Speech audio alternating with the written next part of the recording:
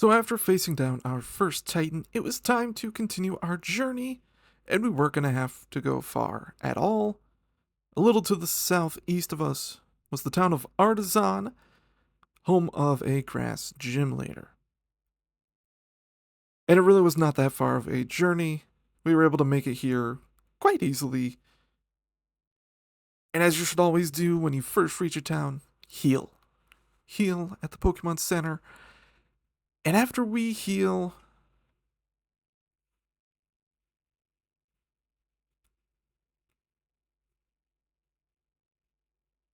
we were not going to be able to get too far as we were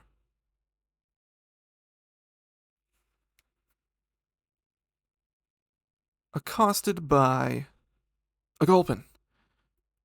We don't want to deal with this Gulpin. We run. I don't normally like to run, but in this case, I didn't want to waste the time.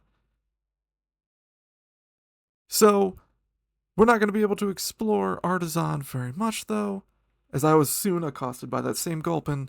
So we do the thing you should always do to get rid of a stalker Pokemon. I caught it. And now that that problem was resolved, we could fully explore. And I fell in love with Artazon. The people of this town did such a good job of keeping up the appearances, the landscaping, the little cottage-style buildings. Everything was perfect. If I didn't have that house that I was living in, I would come here. I mean, look, they have 2 Pokemon centers, but we're not here to study the architecture, study the landscaping.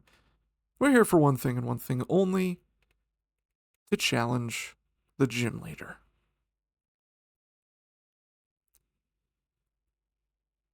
But we were not going to be able to easily do that, because who else would be waiting for us in the gym but Nemona? And I was prepared. I knew Nemona, battle, 2 words are synonymous with each other. And it was not random at all that she just so happened to be here, because where else would she be?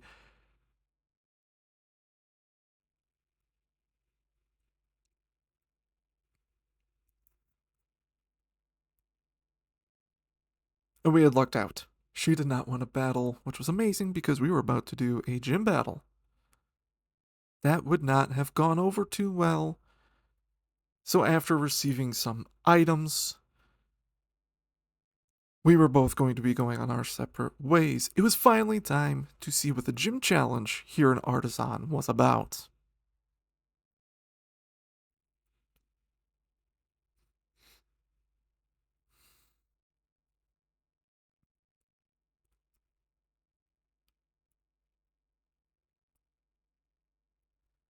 We had to play hide and seek with Sunflora.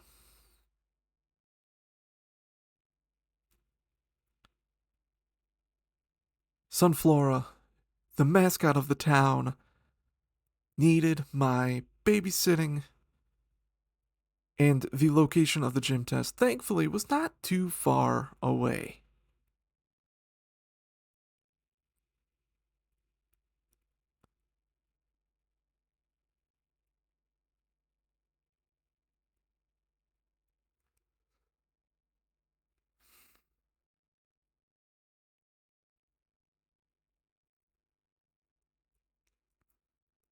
We needed to find 10 Sunflora around the town, and this was going to be a little difficult. It's a nice sized town, 10 Sunflora. They could be hiding in a lot of places.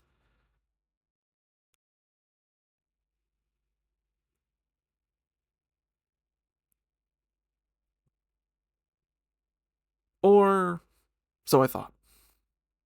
Turns out, doing this test at night made things a little easier. I mean, we started off finding 3 incredibly easily.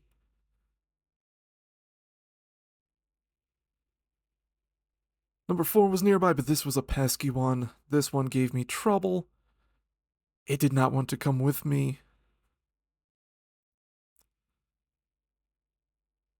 When I finally caught up to it, it was not going to come with me without a fight. It did not put up much of a fight, thankfully, although this was going to be a taste of what was to come in the gym challenge. So I had found 4 Sunflora, and where else could they be? Well, number 5 was sleeping not too far away. This was actually becoming very easy. And while I was able to get a little bit of sightseeing in, we found number 6 soon after.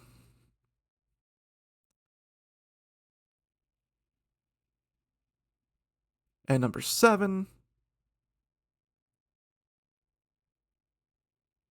And number 8. This was actually very easy. This was, alas, not going to go over as easily as I thought. So this one also wanted to battle. And after we subdued 2 of the Sunflora and got 2 new Sunstones as well, we were now on the hunt for number 9, which was not a hunt at all. It was right there. And for the final Sunflora, we looked, but we did not have to look too far. 10 Sunflora were found with incredible ease. So now it was time to head back to the Sunflora Garden with my army of pesky little mascots. And although they were pesky, they were so cute. I mean, look at them. Their little feet, their little plant feet moving, carrying them forward. Plants should not do this, but I've learned that this is not a normal place. So all 10 Sunflora were returned, and I hoped that maybe the gym would be just like that. So now it's time to return to the gym building, report our clearance of the test, and prepare ourselves for the verdant virtuoso, the gym leader Brassius.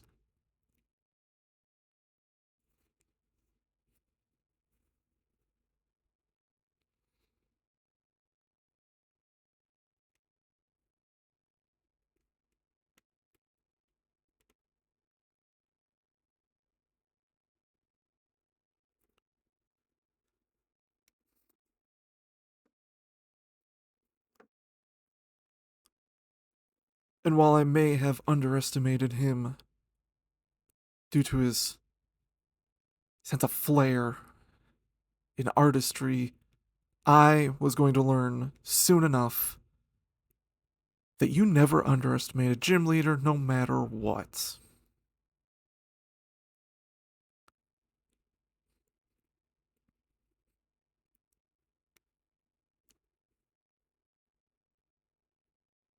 I started the battle very similarly to how I did against Katie, the bug type gym leader, with our beloved Fletchinder, and Fletchinder made short work of Bramblegast, an evolved Pokemon. Evolved or not, it stood no chance, but we were confounded. An Electrode? In a Grass Leader team? This didn't seem fair, even though it was indeed a Grass type. And we needed some help. So Eevee huffed, and Eevee puffed, and our beloved stalwart Eevee picked up the slack, took down the monstrous Tropius, but alas could not do much against this Electrode. This Electrode from the region of Hisui did some damage. Eevee went down, Flittle went down, Palmo put up a brave fight.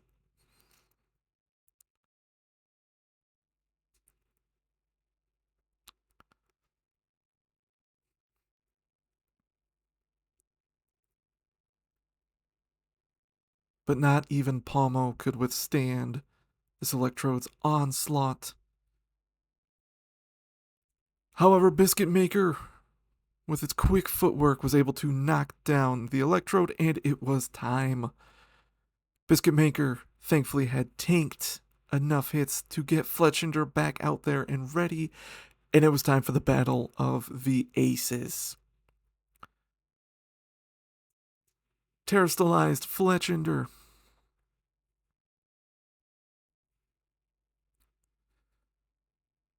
versus the Terastallized Sudowoodo.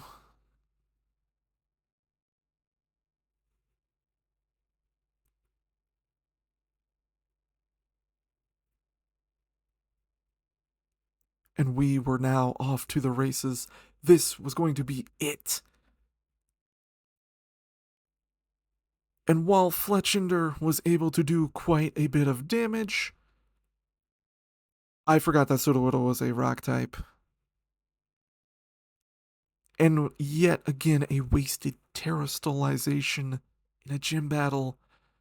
But Biscuit Maker made short work of Sudowoodo soon after, with yet another quick U-turn. And with that, we had our second gym badge in hand.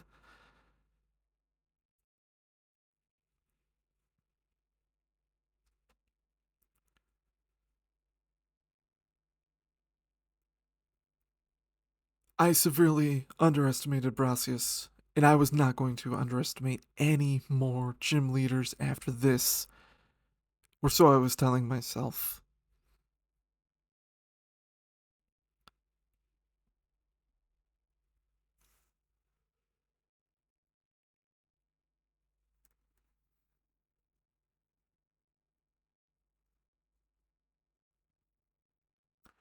So with 2 gym badges in hand and a Titan badge, our journey was beginning to start to take shape.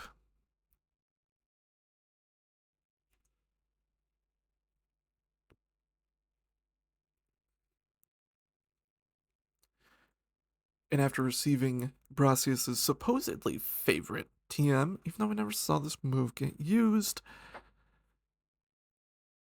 we were off. Or so we thought. For we saw somebody that we thought we had seen at the academy before.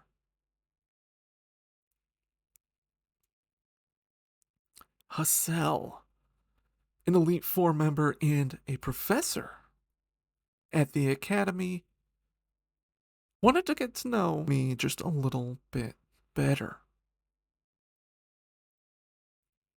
Thankfully, I was not going to have to battle this Elite Four trainer right now. That was going to come later.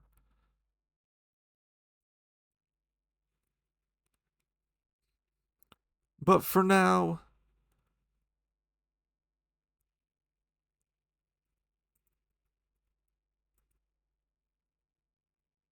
it was time to continue our journey. And there just so happened to be a Pokemon Center calling my name,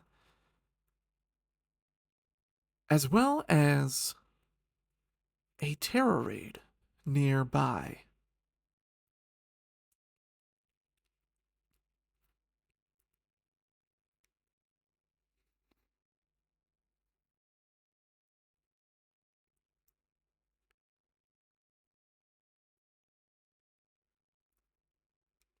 It was an easy Terror Raid nonetheless, and we made a new friend.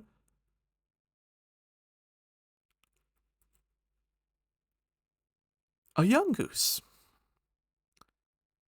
which unfortunately was not going to be coming with us, but still a friend nonetheless.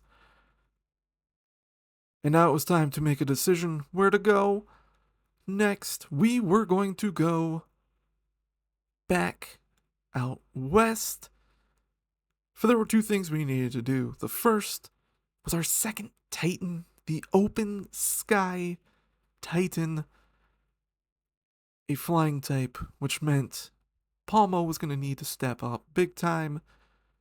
But that was not the only thing we had to do out there. Our first stop on Starfall Street was waiting for us as well.